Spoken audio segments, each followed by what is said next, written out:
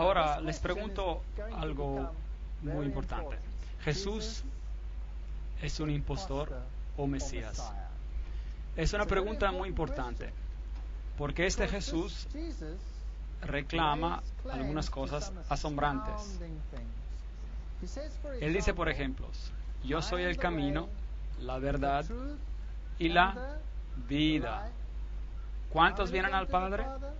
Nadie viene al Padre sino por mí. Eso es lo que dice. Y hoy en día, este Jesús está siendo marginado y los críticos, y especialmente los que le llaman el nuevo movimiento reformador, están repartiendo la Biblia y sacando el corazón del lado mesiánico de la Biblia. Jesús debe, si queremos tener una unidad mundial de religiones, convertirse uno al nivel que todos nosotros. ¿Correcto? Él no puede sobresalir más que nadie. Él tiene que bajarse al nivel de todos los otros.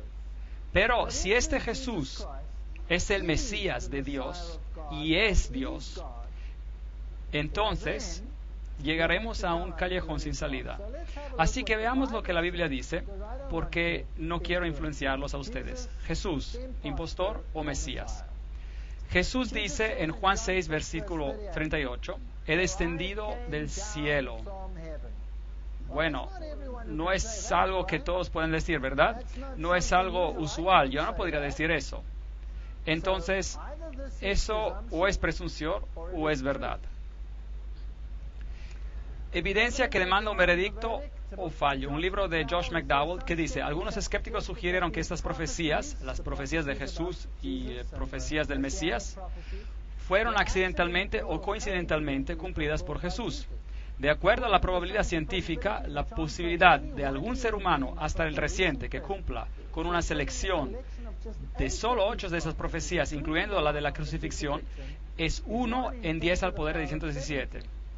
Y aquí estamos considerando solo 8 profecías. ¿Y qué tal si consideráramos 48 profecías? Entonces la posibilidad sería virtualmente 0, es decir, 10 al poder de 157. Y se debe recordar que el número de partículas definidas en el universo entero es solo de 10 al poder de 18. Así que este es el número de partículas de billones sobre billones de universo tras universo al infinito. Increíble. Y si consideramos todas las 61 profecías, creo que hay más profecías aún, y cada una de ellas está cumplida por Jesucristo. Números 24 y 17 dice, saldrá la estrella de Jacob. Él sería precedido por un mensajero. Solo voy a mencionar algunas de esas profecías, no voy a enfocarme mucho en todas ellas. Quiero hablarles de una profecía específica esta noche. Brevemente vamos a repasar algunas de esas profecías antiguas. Isaías 43, una voz que clama en el desierto: preparad un camino a Jehová, nivelad una calzada en la estepa de nuestro Dios. Así que la Biblia predice que el Mesías sería predecido por un mensajero. En esos días vino Juan el Bautista predicando en el desierto de Judea diciendo: arrepentid porque el reino de Dios está cerca. Mateos 3, 1 a 3. Así que él estaba predicando este mismo mensaje predicho por el Mesías. Juan 8:36, así que si el Hijo os libera, seréis verdaderamente libres. Es una profecía muy importante. Así que, de acuerdo con esta declaración por Jesús, la libertad viene por medio de Cristo y nadie más. Porque Él dice que nadie viene al Padre sino por mí. Los judíos respondieron: descendientes de Abraham somos, y jamás hemos sido esclavos de nadie. ¿Cómo dices tú, seréis libres? Él estaba hablando de la libertad de la esclavitud, libertad de pecado. Mi reino no es de este mundo, Juan 18:36. Estas son declaraciones asombrosas. El nacimiento milagroso. Por tanto, la Virgen concebirá y dará luz a un hijo, y le pondrá por nombre Emmanuel, que significa Dios con nosotros. No cualquiera persona, Dios con nosotros. Pero a lo mejor alguien dice: no se lo llamó Emmanuel, se lo llamó Jesús. Vean, en los tiempos antiguos, el nombre se refería a algo. Tenía un significado. No era solo un nombre objetivo, tenía significado. Así que Emmanuel significa Dios con nosotros. Josué, el cual es traducido en griego como Jesús, significa Jehová el Salvador. Dios el Salvador.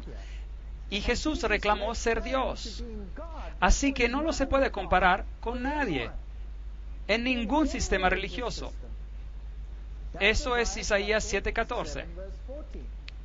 Y el ángel le dijo a ella: concebirás en tu vientre y darás luz a un hijo, y lo llamarás su nombre Jesús, el cual es exactamente el mismo que Emmanuel. Jehová, el Salvador, está aquí. En otras palabras, Dios con nosotros. Lucas 1:28-31. Entonces el Antiguo Testamento dice: Belén, Belén, de ti ha de salir el que será Señor en Israel. Miqueas 5:2. Y esta Belén en particular, Betlehem en Efrata, que significa el pan de vida vendría a nacer en Belén. Claro que sabemos que esto se cumplió. Jesús nació en Belén, en Judea, en el tiempo de Herodes, y a él le fue dado el nombre de Josué, Jehová el Salvador. Jesús dijo: me ha ungido Jehová, me ha enviado a predicar buenas noticias a los pobres. Esta es una profecía del Antiguo Testamento también. A vendar a los quebrantados de corazón y publicar libertad a los cautivos y a los prisioneros apertura de la cárcel. A proclamar el año de la buena voluntad de Jehová y el día de venganza del Dios nuestro. A consolar a todos los que están de luto. Isaías 61, 1, 2. Lucas 4, 10, 18, 19. Nos dice eso, que es exactamente lo que Jesús declaró de sí mismo. Él declara que el Mesías haría milagros, luego los ojos de los ciegos serían abiertos, los oídos de los sordos oirán, entonces el hombre cojo saltará como un ciervo y el mudo cantará. Y en el Nuevo Testamento, Mateo nos dice, Lucas nos dice que Jesús sanaba todo tipo de enfermedades, a ordenar a que a los afligidos de Sión se les dé esplendor en lugar de ceniza, aceite de gozo en lugar de luto, manto de alegría en lugar de espíritu angustiado. Isaías 61:3. Salmo 78:2 dice que el Mesías hablaría en parábolas. Mis labios pronunciarán parábolas. Mateo 3:34. La Biblia predijo también la entrada triunfal y se encuentra en Zacarías 9:9. Mira que tu rey vendrá a ti justo y salvador, pero humilde, cabalgando sobre un asno. Todas estas cosas son predicciones del Antiguo Testamento. Aún el hombre de mi paz, en quien yo confiaba, el que de mi pan comía, alzó el pie contra mí. Se cumplió Y leemos en Mateos que Judas Iscariote hizo precisamente eso. ¿Y qué tal ese texto en Zacarías 11, 12, 13? Entonces pesaron mi salario 30 piezas de plata. Hasta el precio fue pagado por este engaño. Se encuentra en el Antiguo Testamento. Tomé entonces las 30 piezas de plata y las eché en el tesoro de la casa de Jehová. Y es exactamente lo que hicieron. Compraron el campo del alfarero porque no quisieron usar ese dinero por otra cosa, porque era el dinero que había causado la muerte de Judas. Y Judas fue al príncipe de los sacerdotes y dice, ¿me queréis dar? Y yo los entregaré. Y le dieron las 30 piezas de plata. Y arrojó las 30 piezas de plata en el templo y se fue. ¿Y qué hicieron? Compraron el campo del alfarero. Cada pequeño detalle, de mi cuerpo a los heridores y mis mejillas a los que me mesaban la barba, el sufrimiento de Jesús que tuvo que pasar fue increíble, increíble. No aparté mi rostro de injurias y de esputos. Él pasó por tribunales 7 veces, y fue golpeado en la cara, antes Caifás, luego antes Ananías, delante del tribunal en la noche, luego al tribunal de los oficiales romanos, luego fue llevado con Herodes, de vuelta a Pilato. 7 veces pasó por tribunales. No aparté mi rostro de injurias y de esputos, Isaías 56. Entonces lo escupieron en el rostro y le dieron puñetazos, y otros lo abofeteaban. Dice la Biblia que lo golpearon una y otra vez, y otra vez, y otra vez. Me odian sin causa alguna, Salmo 69. Y luego él sería rechazado. La Biblia predijo, me odian sin causa alguna, Juan 15. Él fue apresado y afligido, y no abrió su boca, y fue llevado como un ternero al matadero, Isaías 53. Todo allí en el Antiguo Testamento. El Antiguo Testamento da testimonio de Jesucristo. Y siendo acusado por los principales sacerdotes y por los ancianos, nada respondió, ni una palabra, así como un cordero al matadero, Mateos 27, 12. Y meneaban sus cabezas y sacudieron sus cabezas y dijeron, mira a este hombre, ¿de dónde viene? Mateos 27, meneando sus cabezas. Hasta la manera como él iba a morir, Salmos 22, 16, clavaron sus manos y sus pies, lo crucificaron y fue contado como los transgresores, Isaías 53, 12. ¿Sabían que hay grupos de protestantes cristianos en el mundo que niegan esa profecía totalmente?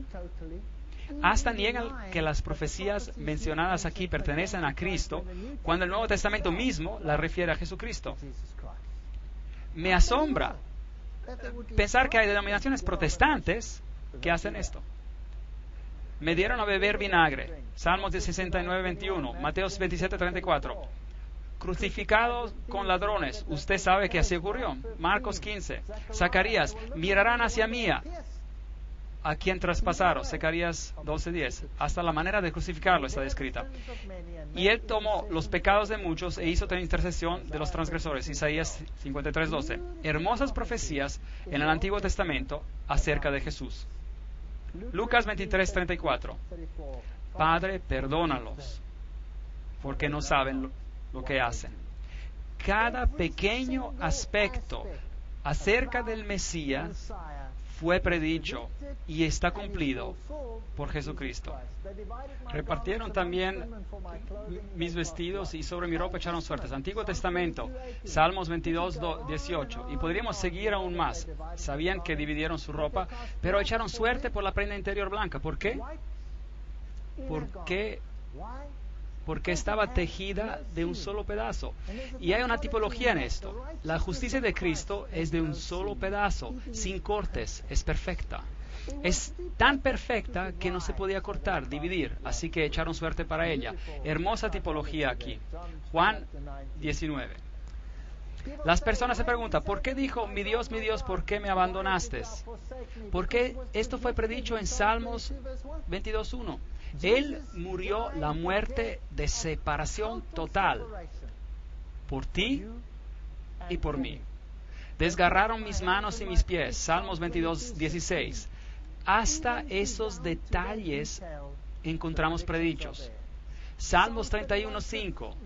Las últimas palabras que él diría, en tus manos encomiendo mi espíritu. Padre, en tus manos encomiendo mi espíritu. Todo allí en el Antiguo Testamento. Salmos 34:20, Él guarda todos sus huesos, ni uno de ellos será quebrado. Ese ya era una tipología con el Cordero de la Pascua, que tenía que ser comido, pero ningún hueso tenía que ser quebrantado. ¿Por qué? Porque los huesos del Mesías no serían quebrantados. Es la preparación, y los judíos estaban con temor que bajarían de la cruz y se escaparían, y no querían tener que atraparlos en el día de sábado porque tenían muchas reglas al respecto escritas en el Talmud. Así que dieron la orden para que quebraran sus piernas, y es lo que el Nuevo Testamento dice. Pero cuando llegaron a Jesús, como lo vieron ya muerto, no le quebraron las piernas, cumpliendo la profecía, Juan 19:32-33, y le abrieron el costado. Así que el lugar de su nacimiento está predicho, la manera de su nacimiento está predicha, su traición está predicha, la manera de su muerte está predicha. En gran detalle les he dado ahora solo un bosquejo, y todavía no hemos entrado en los detalles, los matices, los detalles finos. Es absolutamente sorprendente. Aquí tenemos una declaración hermosa. Cristo fue tratado como nosotros nos merecemos, para que nosotros seamos tratados como Él se merece. Él fue condenado por nuestros pecados, en los cuales Él no tiene parte, para que seamos justificados por su justicia, en la cual nosotros no tenemos parte.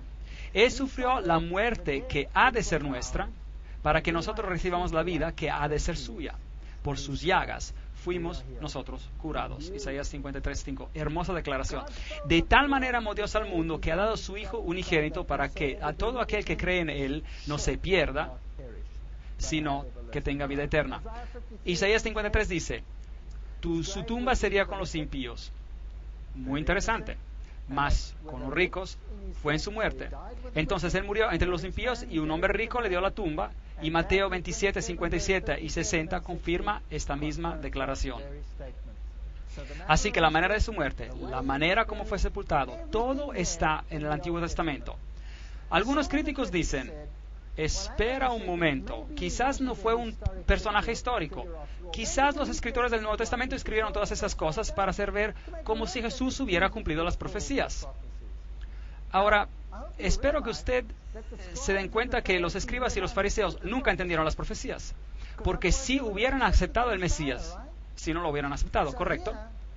Entonces aquí tenemos una teoría de que todos estos hechos han sido cambiados, y nos dicen que individuos mencionados en historia como Pilatos no fueron personajes históricos. Bueno, tengo noticias para estos críticos. He aquí una placa que fue encontrada, esta en exhibición en uno de los museos en Israel, con los nombres de Tiberios y Poncios Pilatos. Están ahí. Figuras históricas. Y ahora vamos a ver a algunos historiadores. Tácito, por ejemplo, que vivió en el año 115 después de Cristo, y habla acerca de la persecución de Nerón y los cristianos en el año 46 después de Cristo, y dice, Cristos, el cual derivaron su nombre, fue ejecutado por las manos del procurador Pontius Pilatos en el reino de Tiberio. Así que acá tenemos una fuente extra bíblica, la cual dice cuándo pasaron esas cosas. Luego tenemos a Suetonio, el historiador romano, escribiendo en el 120 después de Cristo, y dice, como los judíos estaban constantemente haciendo estorbos. Recuerden que los cristianos eran contados como una secta judía, y entonces se llamaban judíos. Estorbos instigados por Crestos, el emperador Claudio lo expulsó de Roma. Y el Talmud, que es la tradición judía, dijo que en el día de la Pascua crucificaron a Jesús de Nazaret. Así que hay acá fuentes afuera de las Escrituras que confirman este asunto. Jesucristo era siempre central. El Mesías era siempre el centro de la religión de Israel. Si mira al santuario que tenía que ser construido, cada objeto, cada parte del servicio que ocurría en el santuario es una referencia a Cristo. La historia más hermosa del plan de salvación se representa aquí en el sacrificio del Cordero, el cual representa el Cordero que quitaría el pecado del mundo. Si entra a este santuario, había un lavador que representa las consecuencias de sus acciones, lavados de sus pecados, de confesar sus pecados. Jesucristo la luz del mundo, Jesucristo el pan de la vida, Jesucristo el intercesor, Jesucristo el misericordioso. Todo está allí. Es una historia hermosa, pero no tenemos tiempo para entrar en eso. Hasta en la tipología del sumo sacerdote. El sumo sacerdote representaba a Jesucristo. Era un símbolo porque Pablo dice, tenemos un sumo sacerdote. Es Jesucristo el que ha entrado en la majestad del cielo. Hebreos 8, 1, 2. Tenemos un sumo sacerdote, el cual se sentó a la diestra del trono de majestad en los cielos. Él es el ministro del santuario y de aquel verdadero tabernáculo que levantó el Señor y no el hombre. Tema muy interesante. Porque no entró Cristo en el santuario hecho por los hombres, figura del verdadero, sino en el cielo mismo. Así que esa era una figura, era simplemente un tipo para presentarse ahora por nosotros ante Dios. Él entró en el mismo cielo, Hebreos 9:24. Todo el Antiguo Testamento es una tipología de las mismas acciones de Jesús. Así que ahora tenemos un problema. El mundo va a esperar muy pronto que todos reconozcan a todos como iguales. Pero la Biblia dice que hay solo un camino a la salvación, y ese es por medio de Jesucristo. Y que Jesús no era uno de muchos profetas en este mundo, pero era el Mesías predicho. El Dios hecho hombre, el que bajaría del cielo para pagar el precio del pecado para ti y para mí, y salvación. Y tenemos que saber qué opinamos sobre este asunto. Bueno, hay una fantástica profecía en Daniel que ha puesto este asunto más allá de cualquier sombra de duda. Tanto así que es una pesadilla para aquellos que quieren rechazar a Jesucristo como el Mesías. En Daniel capítulo 8 tenemos un recorrido a través de la historia, como lo hicimos en Daniel capítulo 2, donde estudiamos de la cabeza y de los brazos de plata y el bronce y el hierro. Pero aquí toda la historia se repite representada por animales. Aquí tenemos un carnero particular con dos cuernos, uno más grande que el otro, y la Biblia nos dice que quién es, no tenemos que adivinar, y la Biblia nos dice que es una referencia a los medios y a los persas, y después de hablar de estos dos cuernos, nos dice que un macho cabrío vino con un cuerno notable entre sus ojos, y nuevamente no tenemos que adivinar, nos dice que el cuerno prominente representa el primer rey de Grecia.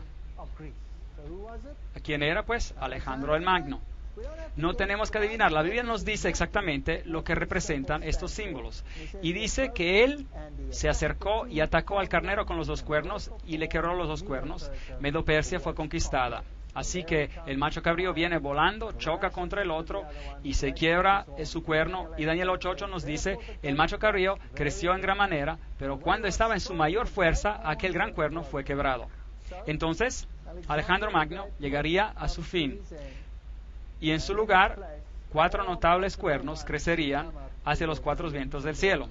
Y sabemos que Grecia fue dividida en 4 regiones. Es interesante, había 12 generales peleando por el imperio, pero después de esas batallas quedaron solo 4 regiones. De una de ellas salió un cuerno pequeño que creció mucho hacia el sur y el oriente y hacia la tierra gloriosa. Creció hasta llegar al ejército del cielo y parte del ejército de las estrellas echó por tierra y las pisoteó. Aún se engrandeció frente al príncipe de los ejércitos. Por él fue quitado el sacrificio continuo. La palabra sacrificio está escrita en cursivo, significa que no existe en el texto original. Eso es lo que significa en la versión King James en inglés. Cuando escriben una palabra en cursivo significa que no está en el original. Así que por él el continuo fue quitado y el lugar del santuario fue echado por tierra. Ahora, todo este santuario representaba al Mesías y Roma vino y crucificó al Mesías. Hablaremos de este asunto con más detalle después. Entonces oí hablar a un santo. Ahora Daniel en su visión escucha a un ángel hablar a otro ángel.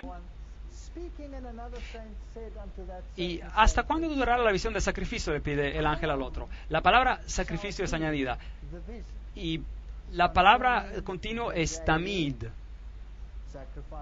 La palabra sacrificio está añadida. El tamid, es decir, el continuo, el diario. El tamid significa continuo. El tamid era el fuego que estaba quemando siempre, y cuando los hebreos veían el fuego que siempre quemaba, sabían que había un sacrificio quemándose en su favor, representando la expiación de Cristo. Y podremos volver a este tema más tarde en una lectura. La prevaricación asoladora y la entrega del santuario y el ejército para ser pisoteados. ¿Cuándo va a pasar todo esto? Y le dijo, hasta 2300 tardes y mañanas. Y luego el santuario será purificado. Daniel 8, 13, 14. Tenemos un tiempo profético, una profecía sobre tiempo. Ahora, no vamos a hablar de esta profecía esta noche. Estos 2300 días proféticos los explicaremos otra noche en detalle. Así que no quiero hablar de esto en detalle, pero Daniel está hablando acerca de una profecía sobre un periodo de tiempo definido. Y yo quiero ver a una porción de este tiempo profético. Daniel 8, 23, 26. Al fin del reinado de estos, cuando los transgresores llegan al colmo, se levantará un rey altivo de rostro y entendido en enigmas, y él se levantará contra el príncipe de los príncipes, pero será quebrantado, aunque no por mano humana. Allí tenemos la frase, no por mano humana. Increíble profecía. La vamos a explicar más allá. Y vamos a ver quién va a estar en control justo antes de que Cristo venga. La visión de las tardes y las mañanas que se ha referido es verdadera. Y tú guarda la visión porque es para muchos días, para el futuro. Él dijo, hasta 2300 días, entonces el santuario será purificado. Entonces aquí hay una visión que le fue dada a Daniel y él no la entiende. No la entiende para nada. Y se le dice, no te preocupes, no las tienes que entender, concierne el futuro distante y será desellada más tarde y no ahora. Y no vamos a tratar de este asunto en esta conferencia, trataremos de este asunto en otra conferencia. Entonces, Daniel está pensando acerca de esta visión y no la entiende. Está allí parado. Daniel 8:17. Vino luego cerca de donde yo estaba y al venir me asusté y me postré sobre mi rostro. Daniel está en visión y ve a este ser celestial y se postra delante de él. Entiende, hijo de hombre, que la visión es para el tiempo de la fin. Entonces la visión concierne el futuro, concierne el tiempo de la fin. Y tiene tantos aspectos que preocupan a Daniel. Y el capítulo 9, Daniel 9, desde el versículo 20 en adelante, tenemos una explicación de parte de la visión. Así que aún estaba hablando en oración cuando el varón Gabriel, ahora ese es el ángel Gabriel, volando con presteza, vino a mí diciendo, Daniel, ahora he salido para darte sabiduría y entendimiento. Entonces ahora él le va a explicar algo. Así que queremos saber de qué se trata. Y aquí vamos. Preparados. 70 semanas están determinadas sobre tu pueblo y tu santa ciudad. ¿Cuántos días en una semana? 7. Entonces, 70 semanas sería 7 por 70, 70 por 7, llegaremos a los días. 70 semanas están determinadas sobre tu pueblo. Esos son los judíos. Y tu ciudad santa, ¿cuál es esta? Jerusalén. Para terminar la prevaricación, poner fin al pecado y expiar la iniquidad para traer la justicia imperdurable. Sellar la visión y la profecía y ungir el santo de los santos. Daniel 9:24. Tremenda visión. Tremenda profecía. Así que las 70 semanas están determinadas, literalmente dice cortadas, de ese periodo de tiempo indicado, y todo esto se cumple, todo lo que se acaba de hablar. Fin de los pecados, reconciliación por la iniquidad, traer la justicia perdurable. Ahora, ¿quién hizo todo esto? ¿Quién trae la justicia perdurable? ¿Quién puede traer fin al pecado? Solo Jesús. Esta es una profecía mesiánica. Ahora, déjenme decirles, los judíos están muy enojados acerca de esta profecía. Escuchen esto. Esta es una maldición rabínica, la maldición rabínica, y se encuentra en la ley del Talmud en página 978, sección 2, línea 28. Permítame leerla. Que los huesos de sus manos y los huesos de sus dedos se caigan y se descompongan de aquel que dé las vueltas a las páginas del libro de Daniel para encontrar el tiempo de Daniel 9, 24, 27, hasta 27. Y que su memoria desaparezca de la faz de esta tierra para siempre. Increíble. Estos hombres hablan en serio. ¿Estaría de acuerdo? Entonces, tengo que preguntarles algo. Les pregunto algo, pues. ¿Están dispuestos a ir adelante a pesar de esta maldición? Porque si ustedes van a calcular conmigo el periodo de tiempo descrito en Daniel 9, 24, 27, entonces esa maldición debería teóricamente caer sobre nosotros. Pero déjeme decirle algo. Yo sirvo a alguien más grande que esa maldición. No tengo miedo de esa maldición. Y sé por qué ellos tienen esa maldición. Porque si esa maldición no estuviese ahí, alguien podría calcular el periodo del tiempo de esa profecía y enterarse de quién realmente deberían servirle. Veamos. Quitado, cortado, determinado, separado de 70 semanas quitadas de la profecía más grande para los judíos. Ahora, echémosles un vistazo. En profecía, un día vale un año. Una semana son 7 días, es decir, un día por un año. El principio de un día por un año significa que la semana vale 7 años. Ahora, ¿puedo decir yo eso?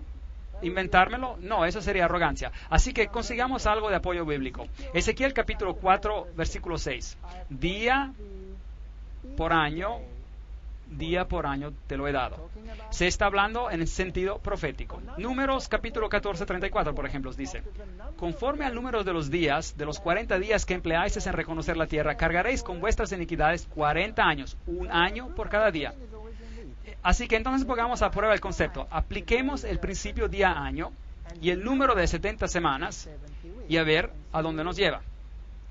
70 semanas están determinadas sobre tu pueblo. 70 semanas, bueno, una semana tiene 7 días, entonces ¿cuánto es en días? Son 490 días, y este es el resultado de los 490 años proféticos que están determinados, cortados. Cortados, determinados, quitados ¿de qué? Obviamente de los 2300 días proféticos de los cuales el ángel estaba hablando previamente. Así que eso nos lleva a 2300 años. 490 años cortados, quitados para los judíos. Eso es lo que significa. Bueno, analicemos un poco más. Entonces el santuario sería purificado al final de ese periodo. Ahora, voy a hablar solo de esta parte de la profecía esta noche, solo de las 70 semanas. Para poder descubrir de qué se está hablando, tenemos que saber cuándo empieza esta profecía, ¿correcto? Entonces, ¿cuándo empiezan esos 2300 años? Entonces, ¿desde cuándo empezamos a contar las 70 semanas? Hecho que el código rabínico nos dice que no podemos estudiar. Bueno, Daniel 9:24 nos da la respuesta. Hay una maldición sobre este verso. Interesante. Que los rabinos decidieron maldecir una parte de Daniel. ¿No los confunde esta noche? Ciertamente me confundiría a mí, y porque realmente me confundió mucho. 70 semanas son determinadas sobre su pueblo. Sabe pues y entiende que desde la salida de la orden para restaurar y edificar a Jerusalén, ¿hasta qué? Hasta el Mesías.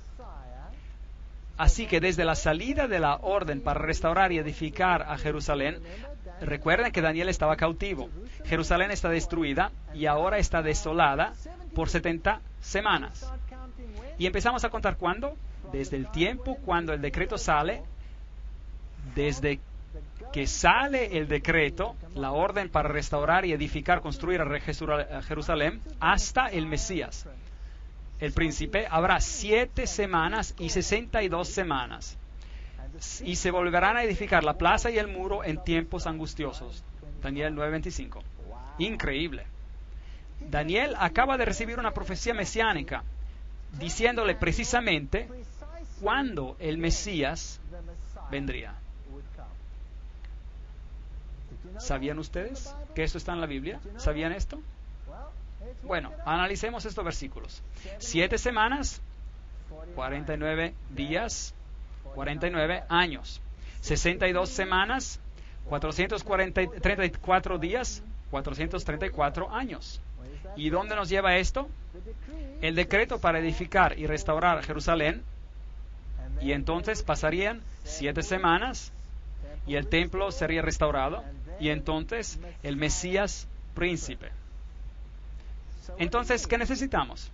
Necesitamos una fecha por aquí, al comienzo.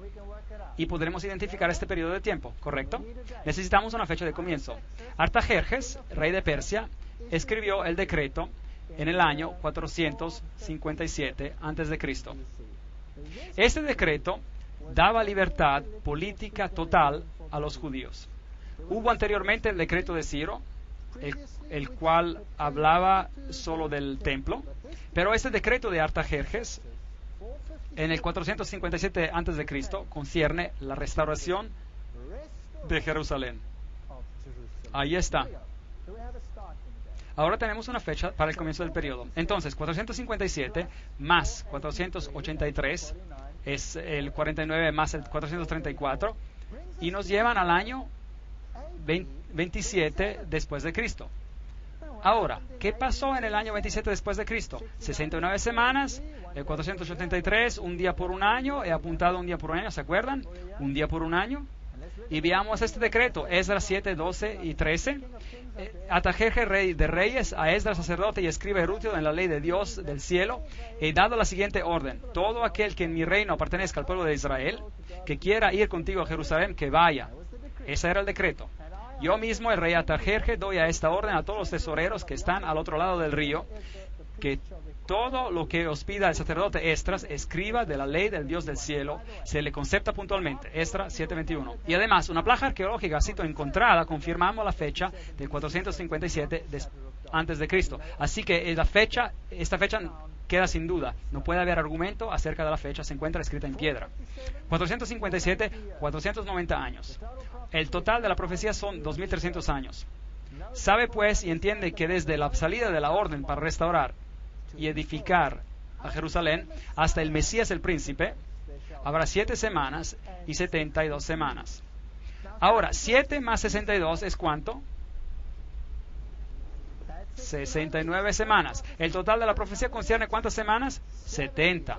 Así que hay otra semana más. Pero la profecía dice que el Mesías, que significa ungido, vendría después de las 69 semanas. Y eso tenía que ocurrir ¿en qué año? ¿Se acuerdan? El 27 después de Cristo. Entonces, el decreto salió el 457 antes de Cristo, 69 más 7, 482 días. Y la restauración total, ese era el único decreto en particular que dijo eso hasta el Mesías. Entonces, el 27 después de Cristo. Ahora, ¿cuántos años tenía Jesús cuando empezó su ministerio? Él tenía 30. Ahora, ¿por qué 27 después de Cristo? Aquí hay un problema. 30 y 27 no se suman, no es correcto. Pero vaya a cualquier pequeña enciclopedia, hasta una enciclopedia de niños, y verá que el comienzo de nuestra era ha sido movido. Y que el comienzo de nuestra era empezó unos 4 años más atrás. No se cuenta el año 0, claramente. Y que Jesús realmente tenía 30 años en el año 27 después de Cristo. La palabra Mesías significa ungido. Y cuando Jesús fue ungido, eso pasó a su bautismo. Ahora, en el año 15 del imperio de Tiberio César, esta es una cita de las Escrituras, aconteció que cuando todo el pueblo se bautizaba, también Jesús fue bautizado, y mientras oraba, el cielo se abrió. Lucas 3, 1 a 21. Ahora, ese año de Tiberio era el 27 después de Cristo. Ahora, ¿cuántos Mesías hubo? Hubo solo uno. Solo uno cumple cada pequeña profecía. El año 15 de Tiberio César era el 27 después de Cristo. Y Jesús fue ungido con el Espíritu Santo precisamente a tiempo. Ahora, ¿se pueden imaginar por qué el Talmud rabínico dice, maldito sea el que saque la cuenta de las 7 semanas? Porque el judaísmo vendría a su fin. Si aceptaran lo que Daniel dice, el judaísmo llegaría a su fin. Y el Espíritu Santo descendió en forma de paloma sobre él. Y una voz vino del cielo y dijo, este es mi Hijo amado, en quien tengo complacencia. Ahora, escuchen lo que dice en Marcos capítulo 1, versículo 15. Jesús fue ungido y el año era el 27 después de Cristo. Y él dice, decía Jesús, el tiempo se ha cumplido y el reino de Dios se ha acercado. Arrepentíos y creed en el Evangelio. Marcos 1, versículo 15. ¿Qué tiempo se había cumplido? ¿Qué tiempo se había cumplido? Juan 1, 29. Este es el Cordero de Dios que quita el pecado del mundo. El ungido, el Mesías había llegado. Dios ungió con el Espíritu Santo y con poder a Jesús de Nazaret. Hechos 10, 38. Y eso ocurrió a su bautismo. Así que el Mesías vendría y tomaría el pecado del mundo sobre él, y esto fue predicho precisamente en la Biblia. La fecha, Gálatas 4:4. Pero cuando vino el cumplimiento del tiempo, Dios envió a su Hijo. ¿Cuál cumplimiento del tiempo? Había una profecía que tenía que ser cumplida, y solo Jesús la cumple, nadie más. Y voy a ponérselo bien en claro, nadie más. Ni Shiva, ni Brahma, ni Vishnu, ni Buda, ni Muhammad, nadie de nadie. Solo Jesús cumplió. Nadie más. Así que solo hay un Mesías bíblico. Y nadie viene al Padre excepto por Él. Estuve dando conferencias en Alemania y dije esto. Y alguien se levantó entre el público y me dijo, pero eso es arrogancia. ¿Cómo puede decir eso? Nadie viene al Padre sino que por medio de Jesucristo. Eso es arrogancia. ¿Y qué hay que hacer con todos los demás? Y dije, sí, tiene razón. Suena arrogante decir que con nadie se puede, excepto por medio de este individuo en particular. Pero si alguien viene a mí y me dice, y yo estoy sentado con mi hijita, y él me dice, ¿eres tu padre esta niña? Y digo, sí, soy el padre de esta niña. Y me dice, hey, de todos los billones de personas en este planeta, tú dices de ser el padre, eso es arrogancia. Bueno, saben amigos, quizás sea arrogancia, pero también podría ser un hecho. ¿Correcto? Aunque mi hermana diga que la paternidad es una opinión y la maternidad es más bien un hecho. Así que quizás podríamos discutir sobre el asunto, pero el hecho es que el punto de que estoy haciendo es que si Jesús es el Mesías, y si Jesús es Emmanuel, y si Jesús es el Josué, el Jehová, el Salvador, entonces nadie más cumple, ¿correcto o incorrecto? Y si Él es el Creador, nadie más califica, ¿cierto? Entonces, ¿puedo aceptar la confusión? ¿O debo que tomar una decisión? ¿Y qué tal si se me dicen de reverenciar a alguien más?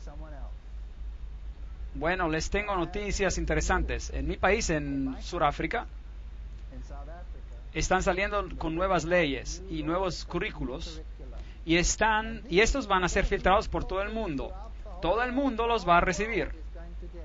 Y en nuestro sistema de escuelas tenemos algo llamado Currículo 2005, el cual significa que en el futuro nuestros niños deben ser entrenados en todas las religiones, decir todas las oraciones de todas las religiones, las otras religiones, y reconocer todas las deidades de todas las religiones también. Yo tengo un problema con esto. Tan pronto, no sé, quizás habrá esa imagen y tendré que decir, bueno, lo siento, pero no puedo hacer eso. Cuando el cumplimiento del tiempo llegó, Dios envió a su Hijo, Gálatas 4:4. ¿Y qué pasa en la semana número 70? Saben que hay personas que ahora mismo, hay muchas maneras de interpretar profecía en este mundo, y algunos toman esta semana número 70 y la arrojan al futuro, un futuro indefinido, y dicen que esta semana pertenece al anticristo. Pero un momento, las 70 semanas pertenecen a los judíos para terminar la transgresión, para traer la justicia perdurable. Todo este periodo es mesiánico. Todo es mesiánico. Después hay las 62 semanas. Y el Mesías debe, ¿qué dice ahí? Será quitado, pero no por sí mismo. ¿Qué significa esto? Él morirá, pero no por él mismo. ¿Por quién, pues? Por nosotros. Ahora se vuelve interesante, en extremo interesante. Y las personas del príncipe que vendrá destruirán la ciudad. Ahora, aquí tenemos un quiasmo, es decir, un quiasmo, un paralelismo entre dos fuerzas opuestas. Se habla de dos fuerzas que obran. De un lado el Mesías y el príncipe, y del otro uno que vendrá a destruir la ciudad. ¿Y quién era este último? Roma. Roma vino y destruyó la ciudad en el 70 después de Cristo. Se quitará la vida del Mesías y nada ya le quitará. El pueblo de un príncipe que ha de venir a destruir la ciudad del santuario, y su final llegará como una inundación, y hasta el fin de la guerra, hasta el fin habrá guerra que durarán y las devastaciones. Daniel 9, verso 26. Y después él confirmará el pacto con muchos por una semana. Aquí ahora, el Mesías, el otro príncipe y el Mesías. Así es como el quiasmo, el paralelismo funciona. El Mesías confirmaría un pacto con muchos por una semana. Pero ahora note esto. A la mitad de la semana hará cesar el sacrificio y la ofrenda. Increíble. ¿Cómo trajo el Mesías a su fin el sistema de sacrificios? Él se convirtió en el sacrificio. Él se convirtió en el sacrificio. Así que ahora tenemos la semana número 70. Ahora, amigos, por favor, piensen acerca de esto. La semana número 70 todavía pertenece al Mesías y no se puede arrojar al futuro. Porque en el medio de esta semana, y por si acaso, la mitad de 7, ¿cuánto es?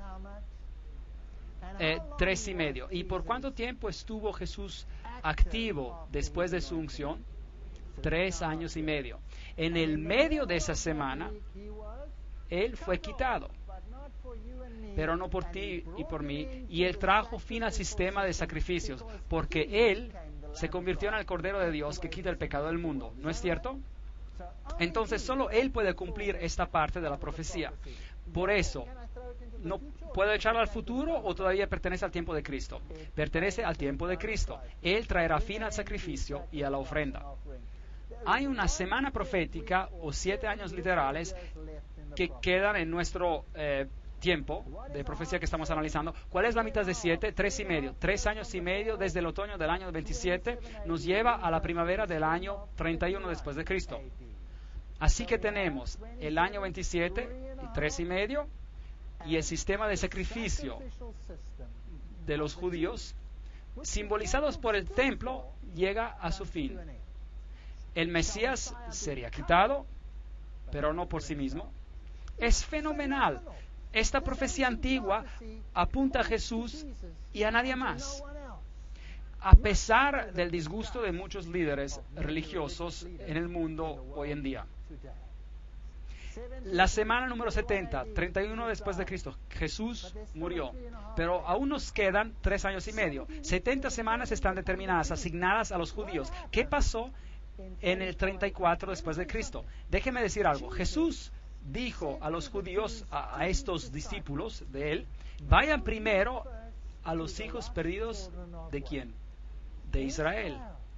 Id primero a los hijos perdidos de Israel. Él no los rechazó aún después de su muerte. Él dijo, id primero a los hijos perdidos de Israel. Y trabajaron primero entre los judíos. Pero luego, en el 34 después de Cristo, algo pasó. Algo pasó. Apedrearon a Esteban, apedrearon a Esteban y los cristianos huyeron. ¿Y quién los persiguió? ¿Y quién mandaron detrás de ellos? ¿Se acuerdan? ¿Se acuerdan de Pablo? Pablo recibió una visión y él fue nombrado apóstol ¿de quiénes? De los gentiles.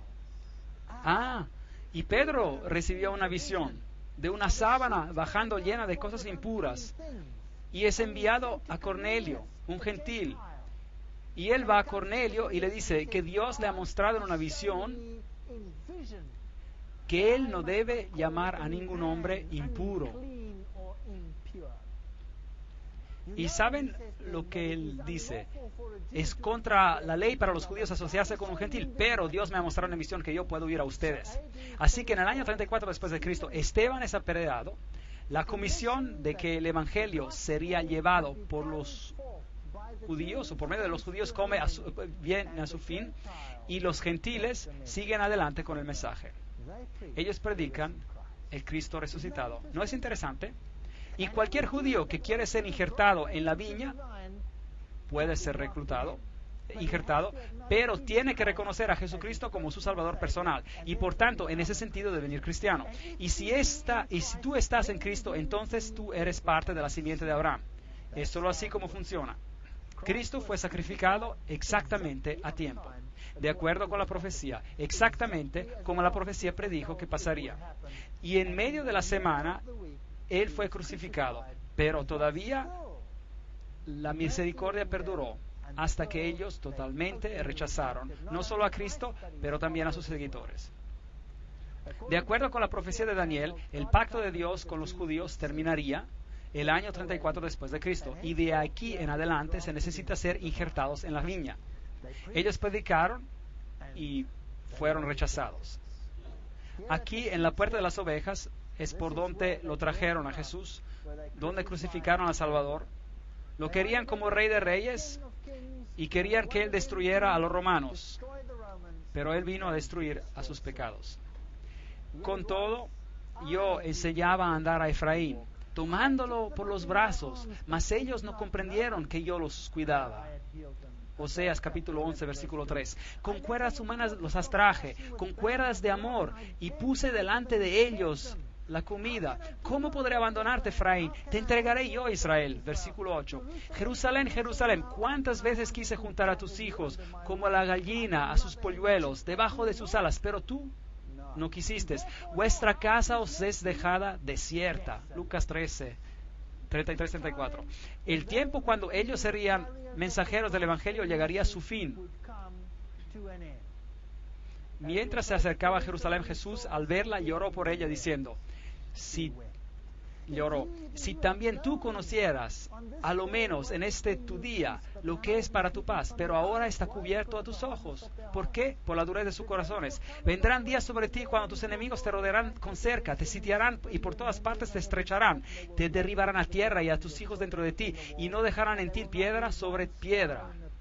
Lucas 19, 43, 44. ¿Fue cumplido? Sí. Mira, vuestra casa os es dejada desierta. Así que el Evangelio viene llevado por los gentiles. Por si acaso, ¿qué significa desierto?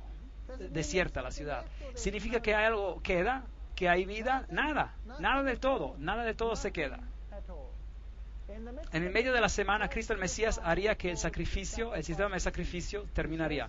Estos versículos nos dicen que el Mesías moriría siendo crucificado en el día 14 del primer mes de judío, en el año 31 después de Cristo. Y cada detalle ha sido cumplido por Jesucristo.